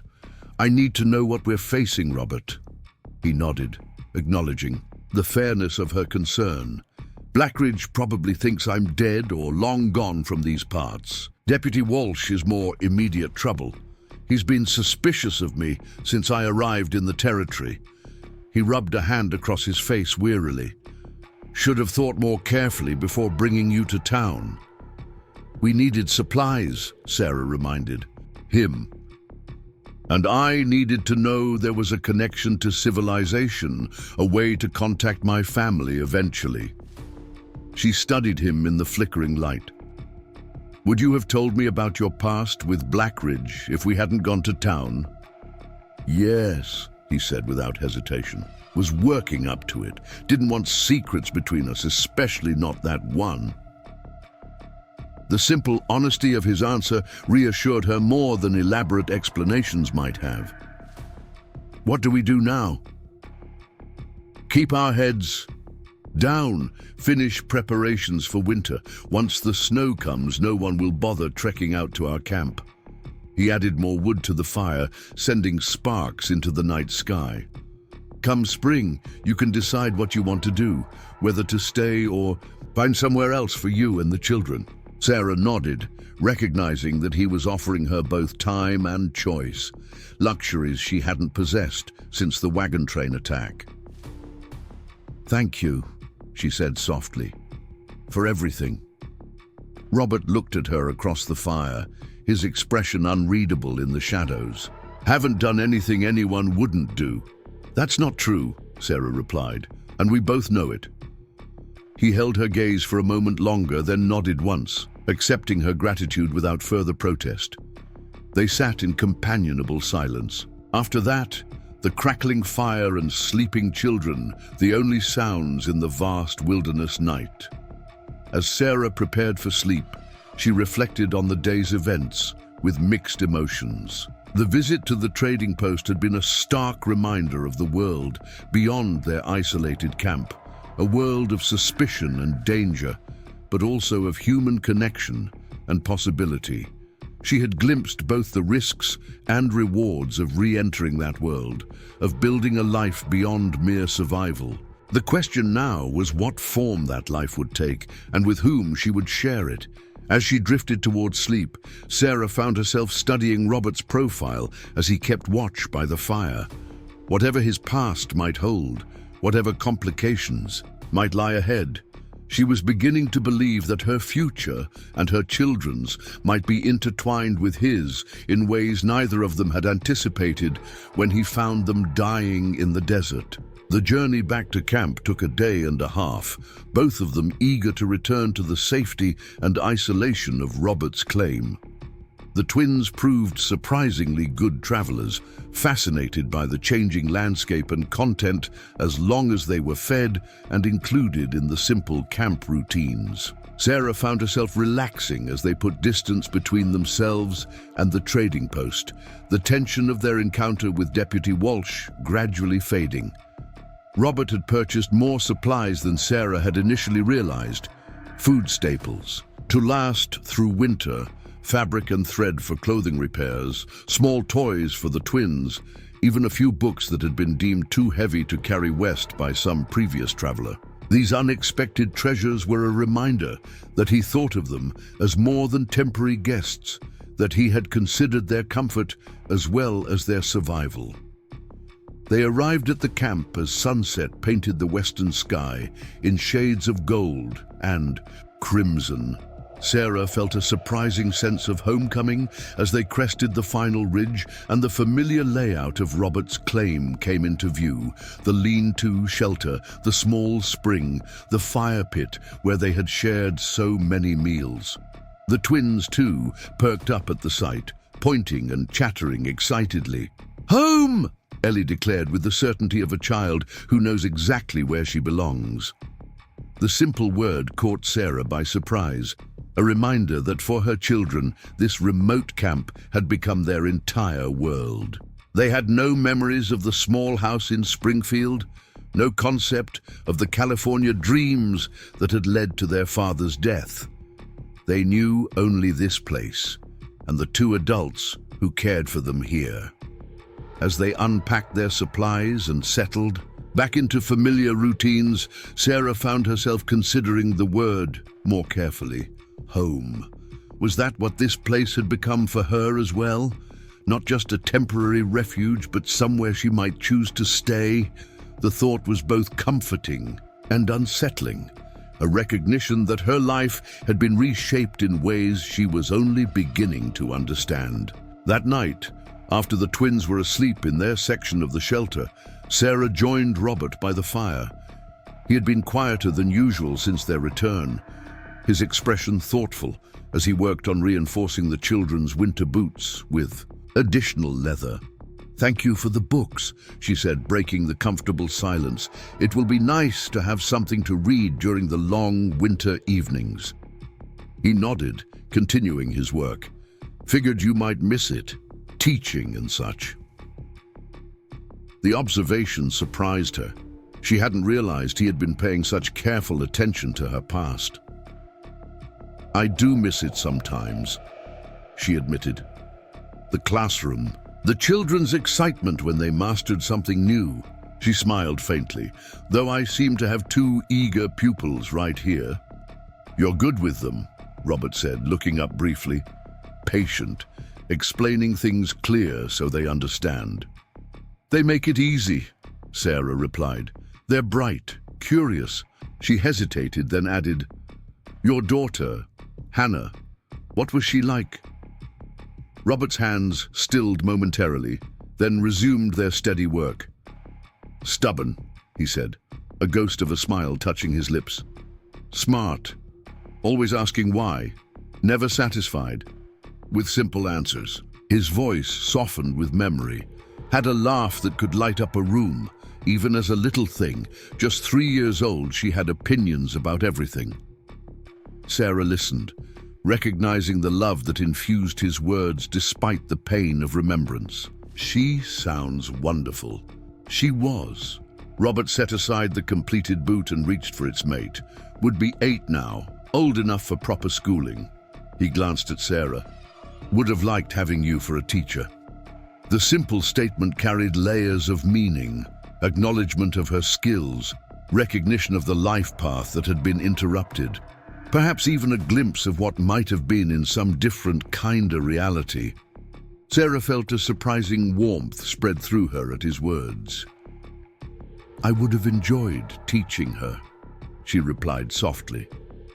They sat in companionable silence after that, the fire crackling between them, the stars emerging overhead in the vast desert sky.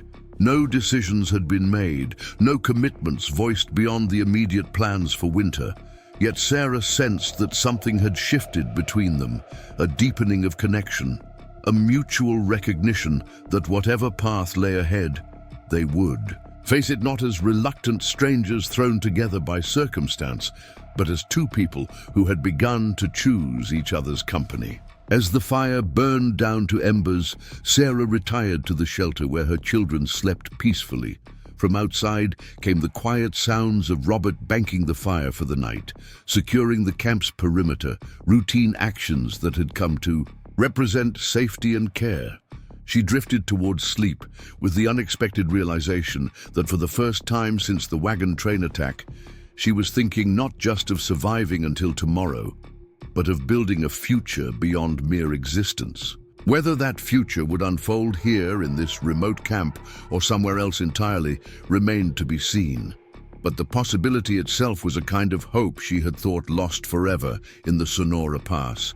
And that, perhaps, was the greatest gift Robert Carter had given them. Not just shelter or food or protection, but the chance to believe in tomorrow again. The first snowfall came early that year, blanketing the camp in pristine white overnight. Sarah woke to the twins' excited squeals as they discovered the transformed world outside their shelter. Matthew plunged his hands directly into the snow, his expression comically shocked at the cold sensation. Ellie was more cautious, testing the strange substance with one tentative finger before breaking into delighted giggles. The joy was infectious, a reminder that even in harsh circumstances, children found wonder in the simplest things. Robert had been up before dawn, clearing paths between the essential areas of camp, bringing in extra firewood, checking that the shelter's reinforcements would hold against the winter winds. He watched the twins' antics with a quiet smile, more relaxed than Sarah had seen him since their return from the trading post. "First snow's always the prettiest," he observed, joining Sarah as she helped the children bundle up in their new winter clothes. Clean, unmarked. Sarah nodded, understanding the metaphor beneath his simple statement. A fresh beginning, she agreed. Something beautiful from the harshness. They spent the morning introducing the twins to the wonders of snow, building small figures, drawing patterns, catching snowflakes on mittened hands. Robert crafted a tiny sled from wood scraps, pulling the laughing children around the perimeter of camp until their cheeks glowed pink with excitement and cold. Sarah watched them, her heart full with unexpected contentment. This was not the life she had envisioned when they set out for California, not the future James had promised beside. Golden streams and fertile valleys. Yet in its simple authenticity, it held a joy she couldn't deny. As winter deepened, their world contracted to the immediate boundaries of camp. Days fell into a rhythm dictated by necessity, tending the fire, preparing meals, keeping the paths clear, finding ways to entertain active children within confined spaces. The books Robert had purchased proved invaluable, providing escape during long evenings when darkness fell early and temperatures dropped dangerously low. Robert surprised Sarah with his willingness to listen as she read aloud, sometimes requesting particular passages be repeated, asking questions that revealed a quick mind despite his limited formal education. The twins, too, absorbed the stories with growing comprehension. Ellie, especially showing an early love of language that reminded Sarah poignantly of her teaching days. During one particularly bitter, cold spell, when leaving the shelter became impossible for several days, Robert revealed another unexpected talent: storytelling. His tales, spun from memory and imagination, captivated the twins and Sarah alike. He spoke of mountains that touched the sky, of rivers wide as oceans, of forests where trees grew so tall and thick that daylight never reached the ground. He described animals both real and fantastical, adventures both possible and impossible, always with the same quiet conviction that made even the most outlandish elements seem plausible. "Where did you learn to tell stories like that?" Sarah asked one evening after the twins had fallen asleep, lulled by his description of friendly bears who invited travelers to tea in their cave homes. Robert shrugged, embarrassed by her attention. "My grandfather," he admitted, "Cherokee on my mother's side, believed stories were how we understand the world." His expression softened with memory. "Used to say that good stories are true, even when they never happened." "I think your grandfather was very wise," Sarah replied, touched by this glimpse into his heritage. "The twins adore your stories. It's helping them make sense of everything that's happened." "Kids are resilient," Robert observed. "More than adults sometimes. They don't get stuck in what should have been, just adapt to what is." The simple wisdom of his observation stayed with Sarah long after they had retired to their respective sleeping areas. Perhaps there was a lesson there for her as well, to release the should-have-beens that still occasionally haunted her dreams and embrace fully the unexpected life taking shape around her. Christmas approached with little fanfare in their isolated camp, but Sarah was determined to create some semblance of the holiday for the twins.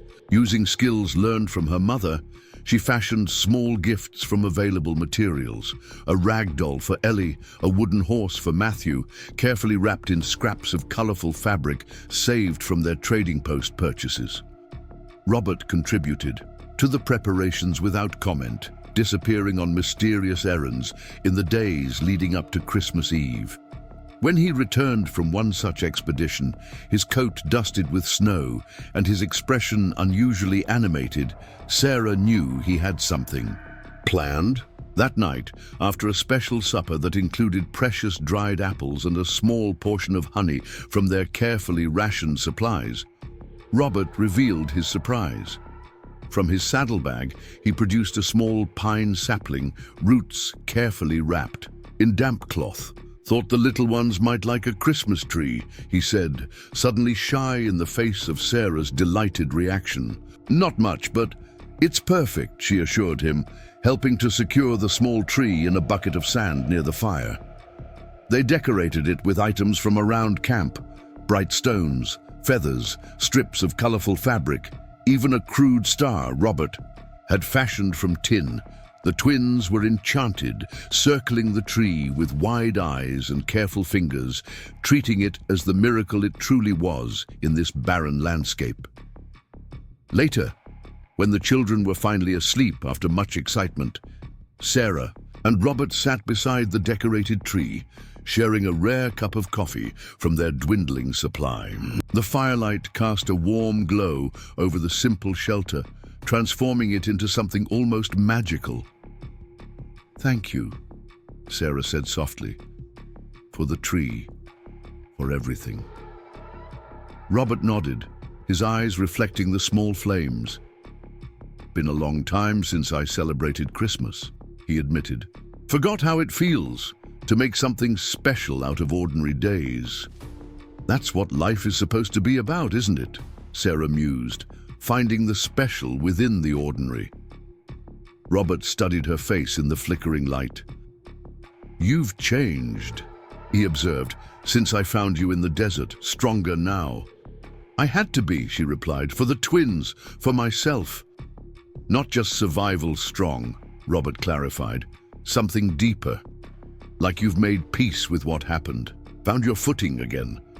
Sarah considered his words, surprised by the insight. "Perhaps I have," she acknowledged. "Not that I've forgotten James or the life we planned, but I'm not defined by that loss anymore." She met his gaze directly. "You've been part of that healing, Robert. You should know that." The raw emotion that flashed across his usually composed features caught her by surprise. For a moment, she glimpsed the depth of feeling he typically kept hidden behind his quiet exterior. Then, with characteristic restraint, he simply nodded. "Glad to hear it," he said, voice gruff with unspoken sentiment. They sat in companionable silence after that, watching the fire's dance and the shadows it cast across their small Christmas tree. No declarations were made, no promises exchanged, yet Sarah felt something significant had passed between them, an acknowledgement of the bond that had formed, unexpected but undeniable. The winter months passed with surprising swiftness. January brought heavy snows that tested the limits of their preparation. February delivered bitter winds that found every crack in their shelter. March teased with occasional warm days, followed by freezing nights. Through it all, they endured together, their small community of four growing more cohesive with each challenge overcome. The twins thrived despite the harsh conditions, reaching developmental milestones that both delighted and astonished Sarah. Their vocabularies expanded daily, their personalities emerging more distinctly. Ellie, thoughtful and observant, Matthew, adventurous and determined. They no longer asked for their father, having adapted completely to their new reality with Robert as the steady male presence in their lives. Robert, too, had changed over the winter months. The guarded wariness that had characterized him when Sarah first arrived had gradually given way to a quiet confidence, a comfortable inhabitation of his role within their unconventional family unit. He taught the twins with endless patience, showing them the tracks of desert animals in the snow, explaining how the stars above guided travelers, crafting toys that delighted while developing their dexterity. With Sarah, he had developed a partnership. Based on mutual respect and growing affection, they worked together seamlessly now, anticipating each other's needs, sharing responsibilities without discussion. In the evenings, they talked more freely, exchanging stories from their past lives, discussing dreams for the future, debating ideas from the books they read together. The first true sign of spring arrived in early April, a flock of birds returning from southern migrations, their calls filling the morning air with promise. The snow began to retreat, revealing patches of earth eager for sunlight. New growth appeared almost overnight, the desert awakening from its winter slumber with remarkable speed. As the weather improved, Robert spent more time checking his prospecting claims, occasionally bringing back small amounts of gold dust. Nothing significant, but enough to trade for necessities when they eventually returned to the trading post. Sarah expanded the small garden she had started near the spring, planting seeds saved from their winter food stores, teaching the twins the miracle of growth from tiny beginnings. It was during this season of renewal that the threat they had almost forgotten re-emerged without warning. Sarah was hanging laundry to dry in the spring sunshine, the twins playing nearby under her watchful eye, when she heard the distant sound of approaching horses. Multiple riders moving quickly, her heart stuttered with sudden fear. Robert was away checking traps. They had no immediate means of escape. Sarah gathered the twins quickly, hushing their protests as she hurried them into the shelter. From a hidden pocket in her skirt, she retrieved the pistol she had carried since the wagon train attack, checking that it was loaded before positioning herself at the entrance, partly concealed, but with a clear view of the approaching riders. They crested the ridge above camp with alarming speed. 5 men, heavily armed, their horses lathered from hard riding. Even at a distance, Sarah recognized the lead rider from Robert's descriptions. Joseph Blackridge himself, a tall man with a distinctive black beard and cold eyes that seemed to pierce the distance between them. Sarah's mind raced with desperate calculations. She could remain hidden, hoping they would pass by without noticing the camp. But the fresh laundry on the line, the cleared paths, the smoke still rising from the morning fire, all these betrayed recent habitation. She could attempt to flee with the children, but they would never outpace mounted men. She could confront them, but the odds were impossible. Before she could decide, the choice was taken from her. Blackridge raised his hand, halting his men, and pointed directly toward the shelter. They had been seen. With grim determination, Sarah stepped fully into view, the pistol held steady at her side, visible but not yet raised in threat. She positioned herself between the approaching riders and the shelter where her children huddled. "That's far enough," she called as the men approached the camp's perimeter. Her voice carried more confidence than she felt, years of classroom management serving her well in this most desperate of moments. Blackridge reined his horse to a stop, studying her with cold curiosity. "Well now," he drawled, "what have we here? A woman alone in Carter's camp?" His gaze flicked to the laundry line, where small clothing items revealed the presence of children. "Not entirely alone, it seems." "My husband will return shortly," Sarah lied, her grip tightening on the pistol. "He doesn't take kindly to uninvited guests." Blackridge laughed, a sound devoid of humor. "Your husband," he repeated, glancing at his companions with exaggerated skepticism. "Would that be Robert Carter?" Because if so, ma'am, you should know. He's no one's husband, least of all yours. Sarah maintained her steady gaze, refusing to be baited. "State your business and move on," she said, injecting authority into her tone. "My business is with Carter," Blackridge replied, his expression hardening. "He and I have unfinished matters to discuss, matters of loyalty." He dismounted slowly, his eyes never leaving Sarah's face. Where is he?" "Not here," Sarah answered truthfully, "and you're not welcome to wait." Blackridge studied her, recognition dawning in his cold eyes. "I know you," he said suddenly. "You're from that wagon train, Sonora Pass." He took a step forward, his hand moving to the gun at his hip. "We don't leave witnesses, lady. Carter knows that, which makes me wonder why he kept you alive." The implications of his words hit Sarah with terrible clarity. Blackridge thought Robert had deliberately saved her as some form of betrayal, had hidden her away as evidence against the gang. The truth that their meeting had been pure chance, that Robert had left the gang long before the Sonora massacre, would mean nothing to this man whose world operated on suspicion and violence. "Your quarrel is with Robert, not me," Sarah said, fighting to keep her voice steady.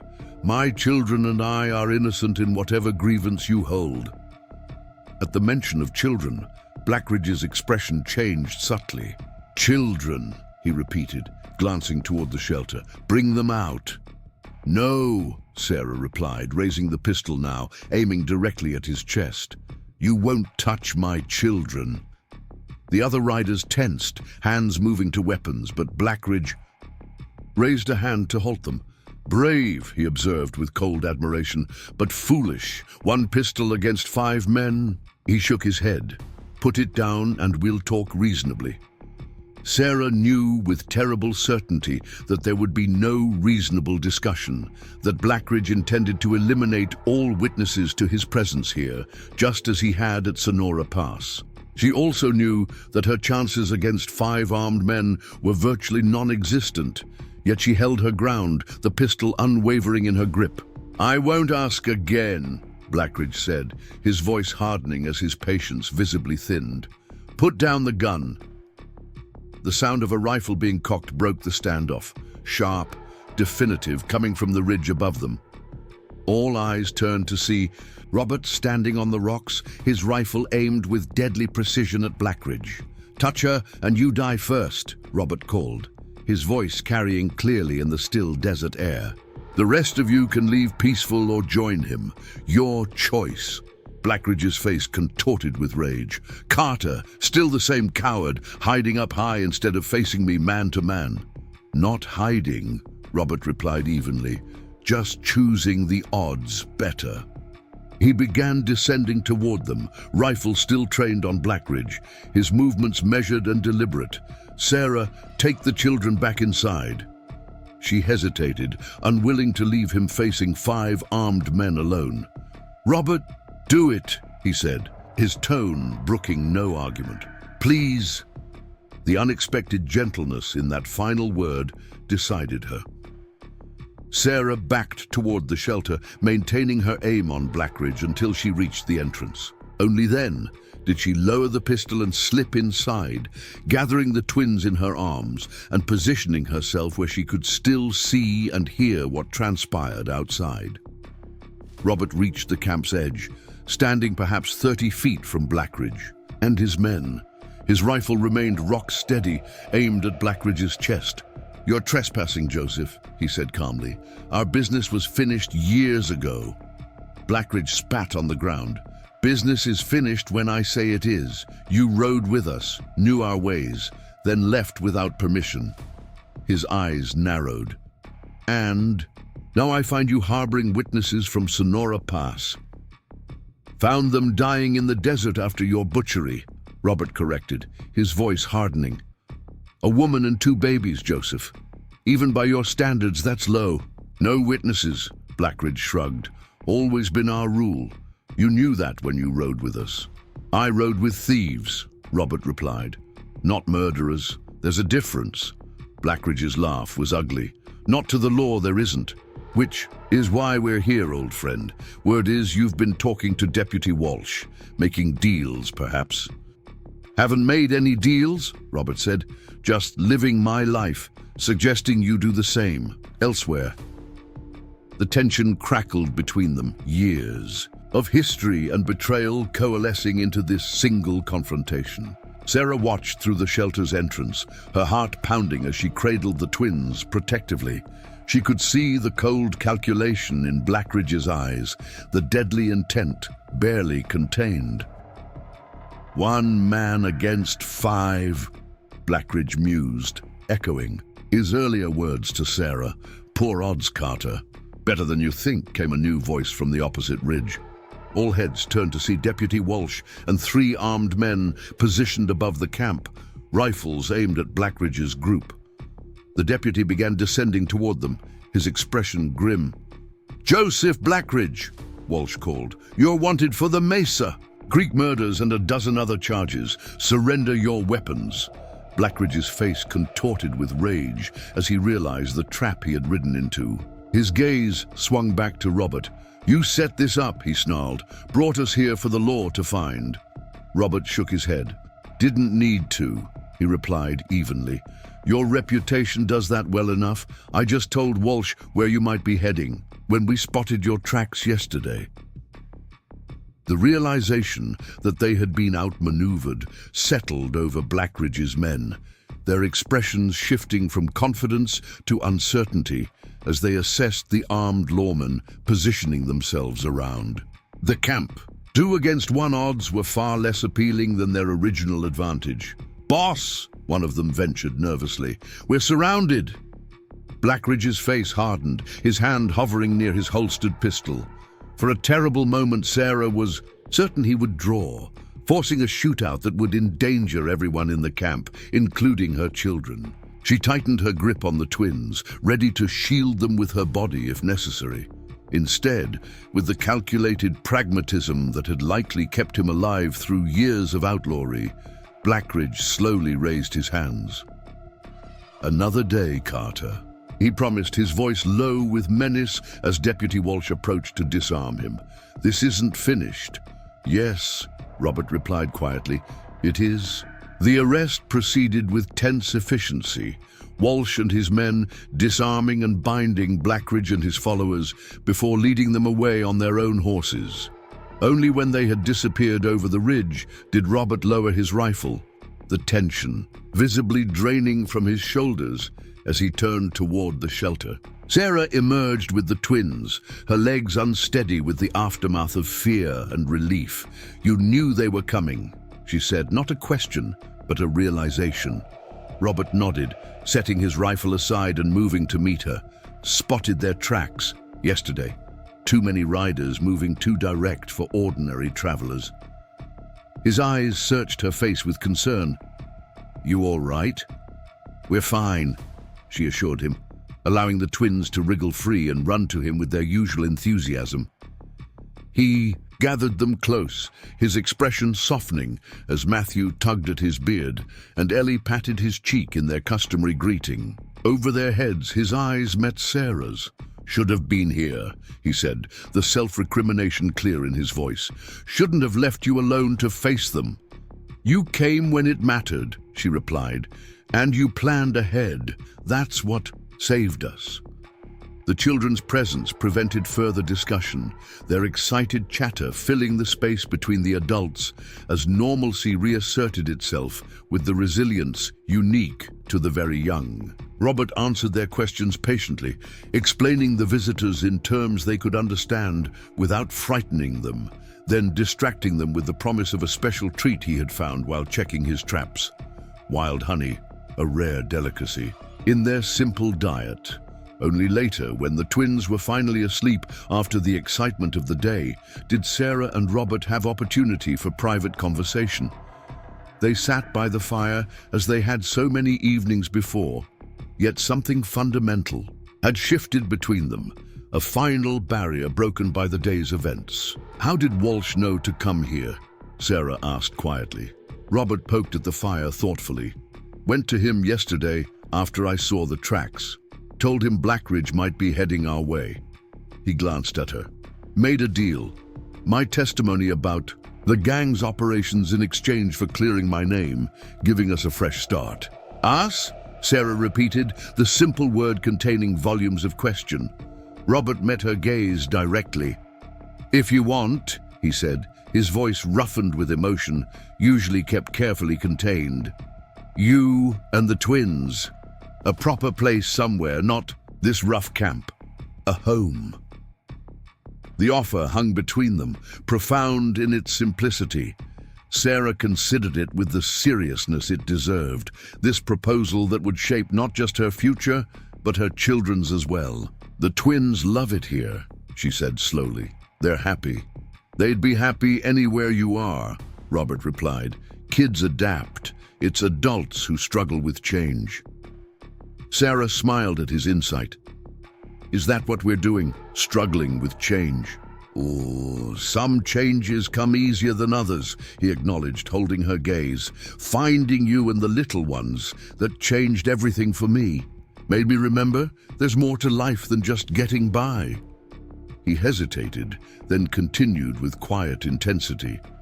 I know I'm not James. No, I can't replace what you lost. But if you'll have me, I'd like to try building something new. Together. The directness of his declaration moved her deeply. This was not a man given to flowery speeches or grand gestures, yet in his straightforward way, he had offered her everything he had to give. His protection, his partnership, his heart. The children need a father, she said softly. Someone to guide them, to love them as their own. Already do, Robert replied simply. Sarah reached across the space between them, taking his weathered hand in hers. And I need a partner, she continued. Someone to share the journey, whatever comes next. His fingers tightened around hers, hope and uncertainty mingled in his expression. That what you want? To journey together? Yes, Sarah answered, the decision crystallizing. With perfect clarity, that's exactly what I want. The simple exchange contained no elaborate promises, no poetic declarations, yet in its honesty, it held more meaning than any formal ceremony could have conveyed. They had found each other in the aftermath of tragedy, had built connection from the ashes of their former lives, had created something neither had expected to find again. Family, purpose, love. As spring bloomed fully around their desert sanctuary, plans took shape for the future. A homestead claim in a fertile valley Robert knew of, far from their current location, but close enough to the trading post for necessary supplies and occasional contact with others. A fresh start, just as he had promised, but one built on the foundation they had already established. The twins accepted the coming changes with characteristic adaptability, excited by Robert's descriptions of the stream where they could splash in summer, the meadow where wildflowers grew taller than they stood, the trees that would provide shade and fruit and climbing opportunities. In their innocent wisdom, they had long ago accepted what the adults were only now formalizing, that they belonged together, the four of them, bound by choice rather than blood, but family nonetheless. On their final evening in the camp that had sheltered them through winter and danger alike, Sarah stood with Robert at the ridge, overlooking their small domain. The shelter where they had weathered storms, both natural and human, the spring that had sustained life, the fire pit where so many meals and stories had been shared, all would be left behind tomorrow as they journeyed toward their new beginning. Any regrets? Robert asked quietly, his arm around her shoulders as they watched the sunset paint the desert in shades of gold and crimson. Sarah considered the question, thinking of all that had brought them to this moment, the dreams that had died in Sonora Pass, the desperate journey that followed, the chance encounter that had saved their lives, the slow building of trust and affection, the confrontation that had finally freed them from shadows of the past. Only that we can't tell everyone how we found each other, she replied, leaning into his steady presence. It's quite a story. Robert's rare laugh warmed her. more than the evening sunlight. Some stories are just for those who lived them, he said, pressing his lips to her temple in a gesture that had become familiar and precious. And some treasures aren't meant to be shared. Below them, the twins chased each other in widening circles around the camp, their laughter echoing across the landscape that had witnessed their family's unlikely beginning. Tomorrow would bring a new chapter in their journey, new challenges to face together, new memories to create in a place they would make their own. For now, in this moment balanced between past and future, Sarah Miller felt the weight of gratitude for all that had brought them here, even the tragedy, even the suffering.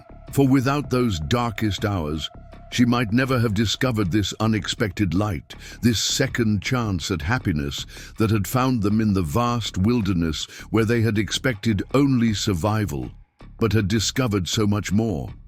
Up next, you've got 2 more standout stories right on your screen. If this one hit the mark, you won't want to pass these up. Just click and check them out.